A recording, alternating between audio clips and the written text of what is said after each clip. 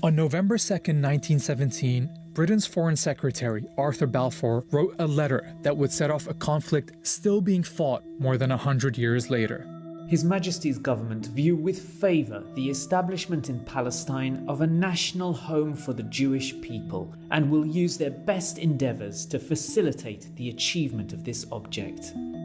When Balfour wrote of his government's intent to create a Jewish homeland in Palestine, 90% of the people living there were not Jewish. Just 31 years later, most of them were gone.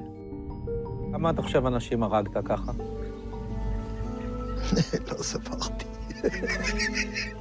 אני לא יכול לדעת בחיי. היה לי מקלע עם 250 כדורים. This is the story of the British promise that led to the destruction of Palestine and the creation of the State of Israel.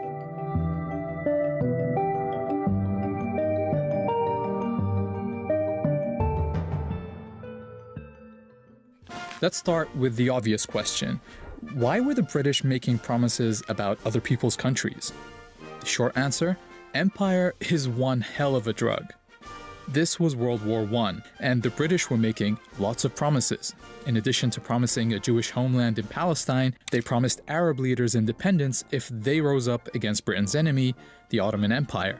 The Arabs did. Hollywood even made a movie about it. Arabia's for the Arabs now. That's what I've told them anyway. That's what they think. That's why they're fighting. Oh, surely. A month after Balfour's letter, British troops took Palestine, ending 400 years of Ottoman rule. The people who lived there were Arabs, mostly Muslims, but there were Christian and Jewish minorities too. There was also a tiny number of European Jews who in the late 1800s had started building small colonies there. At a time when many Jews were suffering horrific persecution in Europe, they felt Palestine could be an escape. The idea of building up a Jewish presence in Palestine became known as Zionism, but it stayed a fringe movement among European Jews.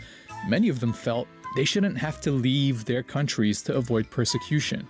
But Zionism as a political movement took a big step forward with an Austrian man called Theodore Herzel. And this guy is a very important name in this story. In 1896, he published Der Judenstaat, or in English, the Jewish State. In it, he said the only way for Jews to avoid Europe's anti-Semitism was not just to leave, but to have their own country. And Herzl didn't just write. The next year, he organized a conference in Basel, Switzerland, the first Zionist Congress. The attendees agreed on a program which sought, among other things, to establish a Jewish homeland in Palestine and promote Jewish settlement in Palestine. From here on out, the Zionist movement became very active, setting up funds to promote Jewish immigration to Palestine, companies to buy land there, and recruiting representatives to advocate for their cause with different governments. A few days after the conference, Herzl wrote this in his diary. At Basel, I founded the Jewish state. In 5 years perhaps, and certainly in 50 years, everyone will perceive it. He was only off by 1 year.